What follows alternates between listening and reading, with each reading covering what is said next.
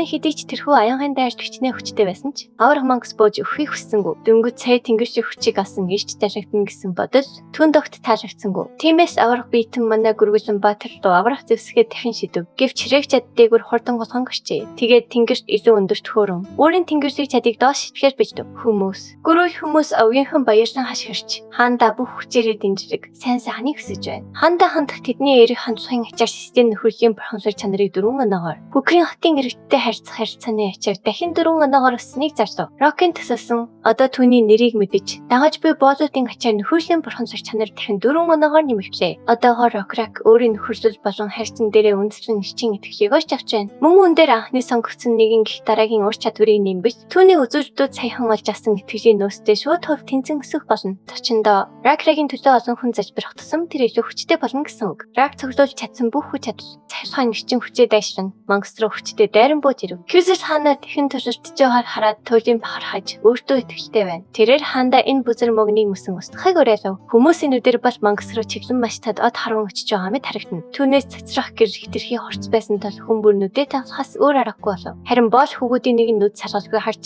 авар мангасын тэр том толгой хэрхэн гэрэж дүггүй болж байгааг олж харав. Энэ гэрэж нь яг л итгэл найдварын гэрэж шиг мангасыг даран авч хүн бүрийг гагш руу чархлаа. Гүрвэл хүмүүс болон боолууд бүгд эндүшийн хамгийн баяртай мөчийг тэмдэгж байна. Мангасыг эцэст нь өсгцнийг хараад Кюзес хандлуугаагүй зачин сүвдэж толгоогоо бүхэл ханыхаа хариуг хүлээн. Рак одоо яг хостойгоо хэлэхэд Кюзес түүнийг юу яриад тугааг автаалгасангүй. Рак өөрийгөө ааш хитийн өгсөн бөгөөд энэ бол тэнгэрийн тавьсан гэж тайлбарласан ч Кюзес ядаж ордондоо буцаж очиж хайртай хүмүүстэйгээ салхахс хийхгүй гол. Рак тэнгэрийн хүсэл зэргийн эсрэг явж олохгүй түүнд дарахнаар сануулв. Хамгийн хайртай удирдагч нь түүнийг орхин явах гэж байгаад Кюзес түүжинийг харамсаж нөлөөс төслөөсөн сон. Гэтэл Рокра барьжсэн жадаа түүнд өгч Бүкрийн дэх бузар бурхныг алсан зэвсгийг авахыг хүсв. Энэ бол бурхан шиг зэвсэг тулж маш боломжтой харьцагийг сануулв. Ракараар түнзүү дулаахан нэнэн сэгсэхэд Кюзес хоёр араа сонгон түүжийн хүндэтгчтэйгээр хүжин авлаа. Тэрээр бурхны ич болж Бүкрийг хамгаалах учраас юунд ч бүү гунигшаарэ гэж хэлв. Кюзес энэ нутагт Ракарагийн нэрийг хизээч мартахгүй явах болно гэж хаандаа амжиж байна. Гэвч Рак түнд анхаарах ёстой зүйл нь энэ биш гэж гайхшруулсан хэлв. Кюзес хааныхаа хэлсэн үгийг ойлгохгүй байсан ч Рак түүнийг өөрөө өчрийг нь олно гэдэг тэтгчтэй байлаа. Ингээд тэрээр үлдсэн бүхний Кюзесийн чадваршиг гарт даатхан үлдээ. Тушаалт нь нөлөн цэцлэн өөрийн үргэж бочнэгээрээ биелүүлэхээ амжиж байна. Ингээд түүний хаан нүдэндээ налга болов. Буцар мө бурхан яшигцны дараа зарим цус сөрөгчд бууж өгч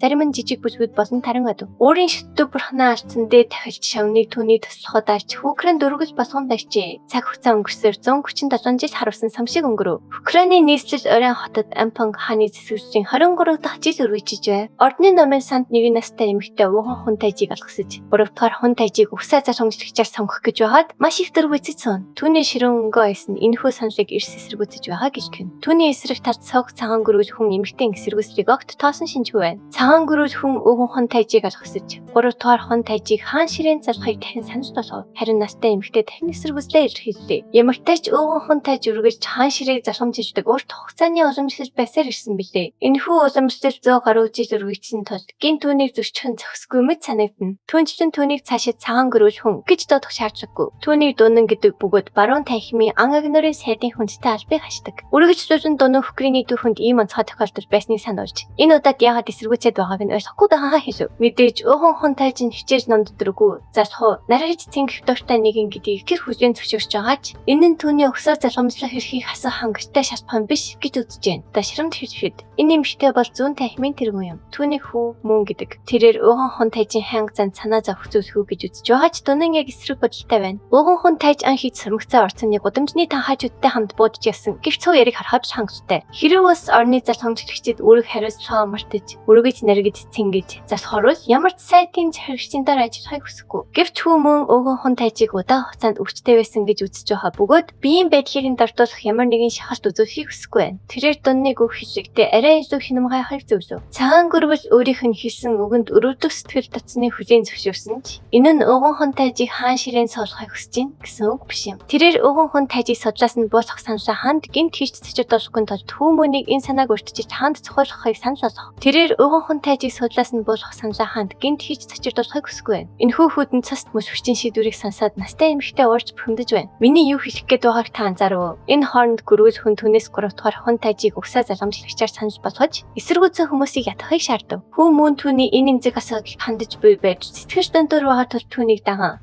хэн бодож үзхийг шаардсаар байна. Гэвч түүний үзэл бодол донон дот сонирн биш байгаа бололтой. Тэрээр түүнийг шууд үл томсорлоо. Тэрээр донны араас үгэж түүний энэхүү зөрөө зан зөвхөөс өөр юу хийж чадсангүй. Хаан ширээ залхамжлагтай холбоотой энэхүү маргааныг ойлгохын тулд дараах түүхийг мэдэх хэрэгтэй. Бидний мэдж байгаагаар Хүкрний агуу хаан Ракра талаас төгсөөд 100 жил өнгөрчээ. Хааны гэр бүл Ракрагийн үр хойцоор данжин залхамжлагцаар ирсэн. Түүнээс хойш хад бүгд өөрөөхөөрөө гавья байгуулсан ч хинэн ч Ракра шиг агуу хэмжээнд хүрч чадаагүй юм. Хадын дунд тарахынч байсан бөгөөд одоогийн захирагч Ампонг хаан сүүлийн 10 жилд төдөөжин хэцүү хийгээгүй. Чөс сарндаа амар амгалан авчирсан нэг нь гэж тооцогддог. Одоо хааны гэр бүлийн дотор хин түүнийг залхамжлах гэдэгтэр санал зөрөлдөн өсөж байна. Одоо дүр зэрэг хүн тайжин багш болох настай гөрөөс эмэгтэйрөө шилжиж байна. Түүнийг Равен Кьюз гэдэг. Түүний өмнө одоо 12 настай 3 дахь хүн тайж Кайларк орсон сууж байна. Кайл намын сангийн бүх чиглэл сэтгтэй холбоотой номуудыг уншиж дуусгасан. Тул багш нь түүнийг аль чиглэлээр үргэлжлүүлэн суралцахыг хүсэж байгааг нь мэдхийг хүсв. Гэвч Кайл ертөө ганцхан чиглэл сонгоход хэцүү байлаа. Түүнд маш олон чиглэл сонирхолтой санагджээ. Тиймээс тэрээр нэгээс олон чиглэл сонгож олгосхийг асуув. Равен түүнд хамгийн их таалагдсан номууд болон тэдгээрийн юунд таалагдсан талаар тогч тайлбарлахыг санал болгов. Хамгийн түрүүнд тэрээр уйны аяллаа тэмдэглэлийг дурдлаа. Өмнө нь хизээч харж байгаагүй тоо томшгүй олон газар амьтны төрөл зүйлийг дурсан бичсэн тул энэ номд дуртай гэж тэр хэлв. Энэ нь үндсэндээ Ракийн үед амьдарч байсан гөрүүл хүн болох уйны бичсэн аяллаа тэмдэглэл юм. Нулан газраараа ээж амьдралынхаа сүүлийн жилүүдэд баруун зүг рүү явахаас өмнө 9 аяллаа тэмдэглэл үлдээжээ. Есдих номоос хойш ямар ч бүртгэл байхгүй тул 10 дахь номыг хуурмаг ном гэж нэрсдэг. Равен Кайлын ихний сонголтыг сонсоод баяртай байлаа. Учир нь энэ нь түүнийг адал явж түүхэнд дуртай жирийн хүүхдүүдтэй адил гэдгийг харуулж байна. Гэвч түүний дараагийн сонгосон залын ажлын онол болон орцны архитектурын зөрөг төсөл гэх номуудыг сонсоод тэрээр гахаж хоцров. Залын номууд нь логикийг илүү сонирхолтой болгодог бөгөөд түүний бичвэрээс хүмүүсийг их дулаан сэтгэл нь мэдрэгддэг гэж тэр хэлв. Зал бас өөрийн цаг үеийн нэрт математикч, архитектор байсан юм. Тэрээр өөрийн үеийн математикийн мэдлэгийг нэгтгэсэн нь түүнийг түүхэнд их цорын ганц гайхалтайхан болгожээ. Тэрээр мөн дөрвөн өсөн хүртний барилгын ажлыг удирдах Амазон нийслэл хотын зураг төслийг хагасан байна. Түүний хийсэн голоор дамжилт нээлт бүрийг номонд тодорхой тэмдэглэсэн байдаг. Орцны архитектурын зураг төсөл нь маш нарийн төвхтэй тоо зураглаар дүүрэн байдаг. Тус Кайл шиг хүүхэд үүнийг уншаад архитектурын сэтгэл хөдлөлийг мэдэрч чадна гэдэг үнэхээр гайхалтай. Тодруулж хэлэхэд залын номуудыг ихэнх эрдэмтэд бараг ойлгодоггүй. Учираас тэднийг юу ч мэдэхгүй мэд харагдуулдаг. Кайл мөн багшийнх нь өвөг дээдсийн бичсэн күзлийн өс зүй гэх номыг сөхөж ярив. Үүнийг сонсоод Равен өөрийн гэр бүл Рокрагийн талд зогсож чатаараа дэмжижсэн баах сэтгэл төрн. Күзлийн өс зүй номд Рокийн амьдралын хэм маягийг олондоо иш татсан дах бөгөөд күзэл өөрийн зарим шин санаагч нэмж оруулжээ. Энэ үед Равен Кьюз савийнхаа оюун ухааныг үнэхээр биширч дууссан байлаа. Ийм жахан хүүхэд 9 сар тооныг чухал сэдв. Тэр дундаа хаан хүнд байх ёстой гол чанар гэж үзэж байгаа нь бахархмаар. Үгээрч засахгүй Кайл ташлаад ерийн талын талан сарин мөлийн шөнийн тэнгэр Рокрагийн тэнгэрийг ихэн унших номуудыг сонирхдаг тухайга хэлв. Гэрээр итгэхээр номын юунд таалагддаг болон сонирхолтой баримтуудыг үргэлжлүүлэн хуваалцсан. Хөрөн гөрүүл эмгтэй үгээр илэрхийлэнгүй их гайхшижээ. Тэр хичнээн их цочирцнаа үгээрч хийх чадахгүй байв. Энэ жахан насандаа ихийг уншиж бүгдийг нь ойлгосон байна гэдэг энэ хүүг үнэхээр эргүүлсэн гэдгийг харуулна. Харин түүнийг гонсойлгож буй зүйл нь Кайл хаан тулсан ертөө 3 дахь хаан хүү. Түр зурцыг өдөртөх боломж нь маш бага юм. Хамгийн хачирхалтай нь тэрээр энэ хүүг олон салбарт өөрөөс нь илүү мэдлэгтэй гэдгийг хүлээн зөвшөөрдөг. Түүнийг мэдлэгээ нийгмийн сайн сайхны төлөө ашиглаасай гэж хүсгийн зэрэгцээ 3 дахь хаан хүү гэхбээр сууринасаа болоод дарагдах үе гэхээс айжлаа. Кайл багшийнхаа дуудаж түүнийг бодлоос нь салгав. Тэрээр хичээлтэй холбоогүй сэтгэлд нь удаан хадгалагдсан нэг зүйлийг асуухыг хүсжээ. Эсвэл магадгүй холбоотой ч байж магадгүй бөгөөд өөрөө сайн мэдэхгүй ч ямартай ч хариулт амар асуулт байгаа ч асуухтаа. Итгэж муутай байв. Равен түнд хүссэн зүйлээ асуух зөвшөөрөл өглөө. Эцэст нь тэрээр багшаасаа өөрийгөө хаан болох шалгуурыг хангаж чадах уу хэмээн асуув. Энэ нь багшийг нь бүрэн сандаргаж орхив. Асуултын жин мэдэрсэн тэрээр цайндаа шууд хахаж цацав. Тэрээр энэ асуултыг өөр хүнд хэлсэн эсхийг шууд лавлав. Хүү үгүй гэж хариулснаар багшийнх нь сэтгэл уужрав. Тэрээр хүүд үүнийг өөр хэний ч дэрээд хийж болохгүй гэж зөвлөв. Кайл хэлсэн үнийхээ үр дагаврыг ойлгож бусдын дэргэд боломжтой да хастайг мэдчихлаа. Тэрээр зөвхөн багштайгаас үүнийг ярьсан бөгөөд дараагийн хаан болох боломжтой эсэхтэй үнэн ч хариулт авахыг хүсв. Эмэгтэй хариулахаас тэнэгэрсэн. Өчиг нь нэгдүгээр хаанхуу бассан Локоризын хэдийн нөхсөө залхамжлах хүн тайжаар сонгогдсон байв. Кайлыг хаан болох царын ганц зам бол бас саныг судлаас нь зайлуулах явц юм. Нэгдүгээр хаанхууг эсэргүүцсэн хэн боловч шууд өргөчд тооцордно. Хамгийн муугар бодоход энэ нь амь насыг нь чавчадаж болзгүй. Тиймээс Кайлын тавьсан энэхүү хүн асуучдад хариулж чадах хэсэгтээ тэр эргэлзэж байв. Үүний оронд тэрээр хүүгээс хаан болохыг хүсэж байгаа эсхийг нь зөрүүлж хэлсэн. Кайл үүнд ч мөн итгэшгүй байлаа. Гэхдээ түүний итгэжтэй байгаа ганц зүйл нь хэрэг тэр хаан болбол хаан тусад маш том хөв нэмэр оруулж чадна гэв. Энэ мэдээлэл нь Равиныг дахин гашруулж архив. Рондагийн уур хилэнг харахаас өмнө сэрэн уусын богино хэмжээний урамшилжийн хэсгийг үздэхээ. Тэрээр Небула болон Элдер нарын тоглож байсан шатрын хөрхийг шууд өвшөвшин онохов. Ронда Небулыг Элдертэй хамт байхыг хараад яагаад ч юм бэ улам их хуурсан. Түүнийг хамгийн их галзууруулж буй зүйл нь өөрөө мэддэг бүхнээ хуваалцдаг байхад Небул түүнд хизээч чухал мэдээлэл өгдөггүй явдг юм. Небула эцэст нь сонирхолтой мэдээлэл хуваалцахаар шийдсэн ч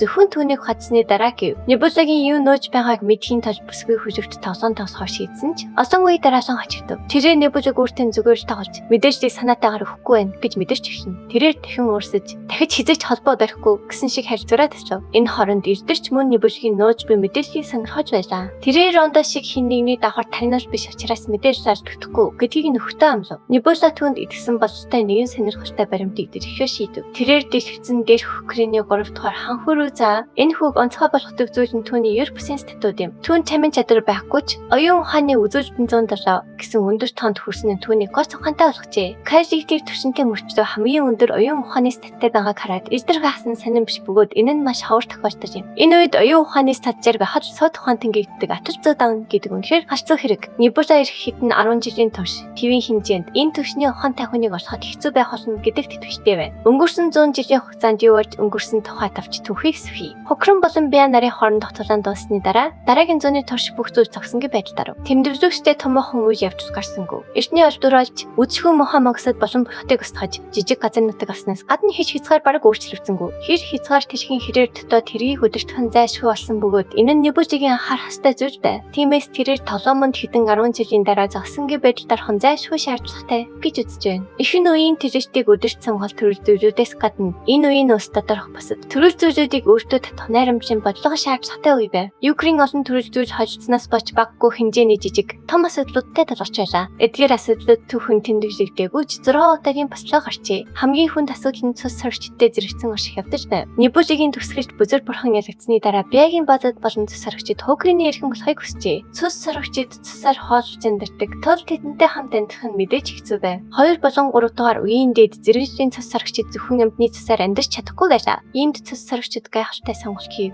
Тэд уулын агуйд хорогтон хөвг шарж бурханы хүсэл зэргийг даахыг хүсэж буй хоёр илэрхийлэн Небулад залбирчээ. Төлөөлөгч Ракарагийн ариун үхийг гэрчилсэн тэд цаашид бусдыг гондож амьдрахыг хүссэнгүй. Сорог сонсож 1000 орчим цус сорогч өөрсдийгөө өсгөж өгөхөө шийджээ. Зарим нь оргож эсвэл ороо төвчдийг төсвөрлээгүйч 600 цус сорогч өвдөлтийг төсвөрлөн огт хөдөлгүүгээр өгөхтэй нүүр төлжээ. Тэд нүгэл үйлдсэн байж болох ч нүжээ наманчилж шийд хийх хүссэн тул гөрүүл хүмүүс хүртэл хөвш авч бурхан тэднийг шууд уучлана гэж итгэсэн бөгөөд тэд уучлагдсан юм. Цус сорогчдын наманчилсан газар нь хожим шөнийн тэнгэрийн одонгийн нариун газар болох бурхан хөндийн нэрээр алдаршжээ. Энэ газар нь наманчлал нүжээ цагаатах юм бэлгэвдэж болсон бөгөөд гөрүүл хүн биш байсан ч үнэн шивчтэй бас хөвш авч бурхан таныг ивэх болно гэдгийг батлав. Энэ явдлын дараа хөвш авч бурханд хожим шөнийн тэнгэр химээ хөөр нэг цал хэрэгэн хүртээжээ. Ингэснээр шөнийн тэнгэрийн одон нь зөвхөн гөрүүл хүмүүс төдийгүй олон төрөл зүйлийн дагаж мөрдөж хүчиг болон хөвчээ. Түүнчлэн Небулагийн анхаарлыг татаад буй энэ 3 дахь ханху эдгээр өөрчлөлтөд улам их хөв нэмэр оруулах болно. Сайж иргэн шиш хөгжихийн тулд тохирох техник.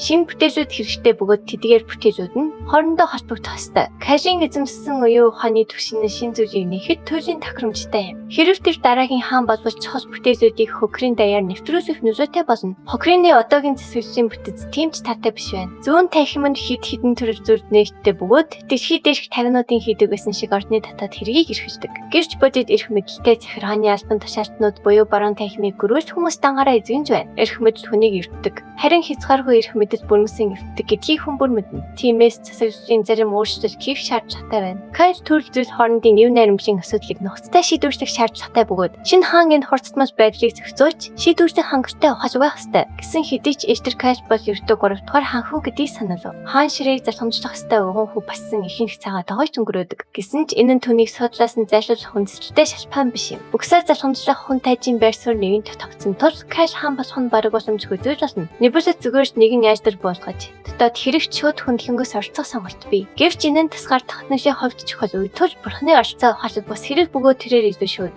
бус арга хэрэглэх шаардлагатай болно. Эрдэр Небула яг ямар арга бодож байгааг мэдхийг хүсв. Үүний хариуд Небула урагш тонгоо. Бидний хинт ч юу ч мэддэггүйгээр бүх нарийн ширийн зүйлийг түүний чихэнд шивнэ хийв. Төлөвлөгөө нь маш хачирхалтай байсан тул эрдэр үүнийг үнэхээр хэрэгжин гэдэгтгэхэд бүх байлаа. Магадгүй тэр 3 дугаар хан хүүгийн ер бусын оюун ухаанд хэтэрхий иштгэж ажиллах юм. Гэсэн ч Небула төлөвлөгөөндөө маш хэтэрхийтэй байгаа тул үүн дээр мөрөцөхөд ч бэлэн байв. Ордны цэцэрлэгт 2 бүсгүй унтж буй аврахтан маратны хажуугаар сандрын сэмхэн явж байлаа. Энэ амтан энэ бос угтаа озны хамгаалагчлуу гихтдэг манай юм. Манан бос тус усыг үндэслэгч ахуа янгач дууны хааны хөлөвжсэн Дрейк билээ. Домог дүгээлтгчлэн Дрейкүүд хөвшөрч хүрдэггүй. Мананы өсөлтийн үе шат олон 10 жил үргэлжилж тэрээр аврахтан биетэй болжээ. Энэхүү аратан одоогоор 90 орчим 25 м, урт бөгөөд 150 настай гэж тооцогддог. Тэрхүү нүсэр биеийг дагаад хоолны хэрэглэнэж мөн асрах байх нь ойлгомжтой. Их идэхин хэрээр их хэмжээний бас гарах бөгөөд ордныхан үнийг өдөр бүр цэвэрлэх шаардлагатай болдог тул энэ их арчилгаатай амтан нэрээ дарамт болдог аж. Мөн хүмүүс энэ аврах амтан гарцуурч ордны доторх бүх зүйлийг сүйтгэх вэ гэхээс айдаг. Зарим нь манны хүн ам багтай хотлоо нүүрэх санал гаргажээ. Бүр зарим нь түүнийг тахилгын амтан болгохыг санал болгосон байна. Гэвч мананы оршин тогтнол нь аян хатлооны хаанаас хойш үргэлжиж буй. Бүрэн эрхт байдлыг илэрхийлдэг тул нөөц хөрөнгөн дарамт тосон ч түүнийг тийжэхээс өөр аргагүй. Газар манан 50 идэж ундаж байлаа. Гэвч энэ байдал удахгүй өөрчлөгдөж гин. Гинт хин тэрхүү аратан танис болсон тэнгэрийн цэнхэр ирвэхийг олж харав. Энэ нь түүнийг баярлан сэрхэхэд хүргэжээ.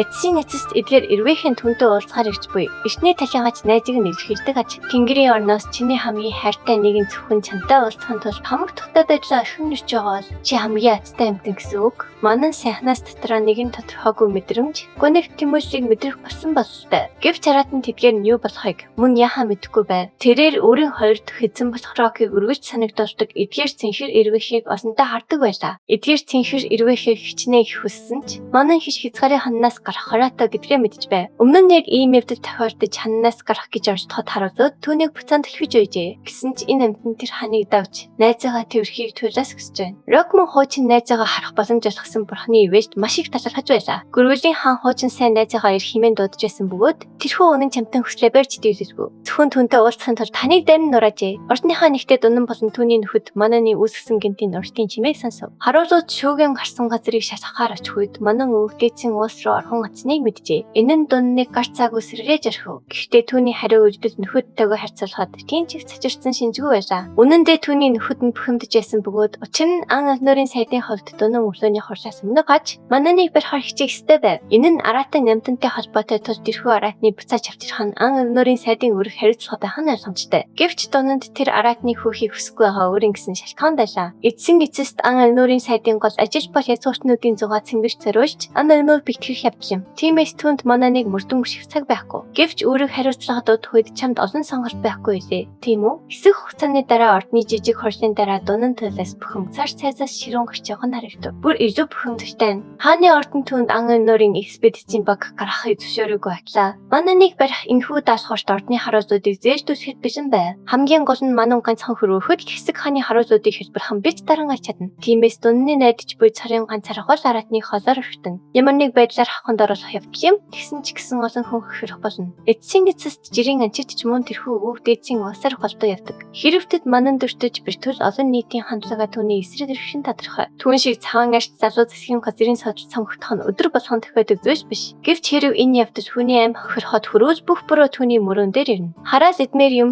эдгээр муухай мөрөвдөг хүүдэн цас твлэр явчдын донд хүртэл айрсангаар ялгарч хөзөл байх гэж. Гэхдээ азар энд үүндээ тэнцэхстэй хүмүүс нь цагаан арчнууд юм. Түүний ан алнуурын сайдын содол ингээд дууссан гэдэгт тэр итгэлтэй байна. Үндсэн ажилдаа эргэн оръё. Түүний хийж чадах хамгийн ихний зүйл бол сүүлийн үед томоотой байсан манай нэг гинт галз ороход юу нөлөөснийг тавтаах баримт цуглуулах явдал юм. Хэсэг зуур тэр үүний ард хин нэгэн байгаа байх гэж бодов. Мөн тэдний барьсан энэ сулдороо хич хязгаарын ханан хувилдааны нэг хэсэг байжээ. Гинт хідэн кокатрис түүний хажуугаар хотлон өнгөрөх бөгөөд шоудын нэг дээр хограны угсаа залгамжлах хүн тайж бассан шак озон сууж байв. Үйл явц олон мэрчинжиж эзэгтэй мөч орчиж байна. Дараагийн хэсэгт бүх зүйл эргэж хийн. Дараагийн хэсгийг бусдаас төрүүлж хамгийн ихэнд үзхийг хүсвэл дэргэсэн дэх төрийн банкны данслуу 5,000 төгрөгийн хандив хийгээрэй. Тэгвэл дараагийн хэсгийг таны даруй гаргаж өгье. Таалагдсан бол лайк дарж, цавууг лумын заавал бүртгүүлээрэй.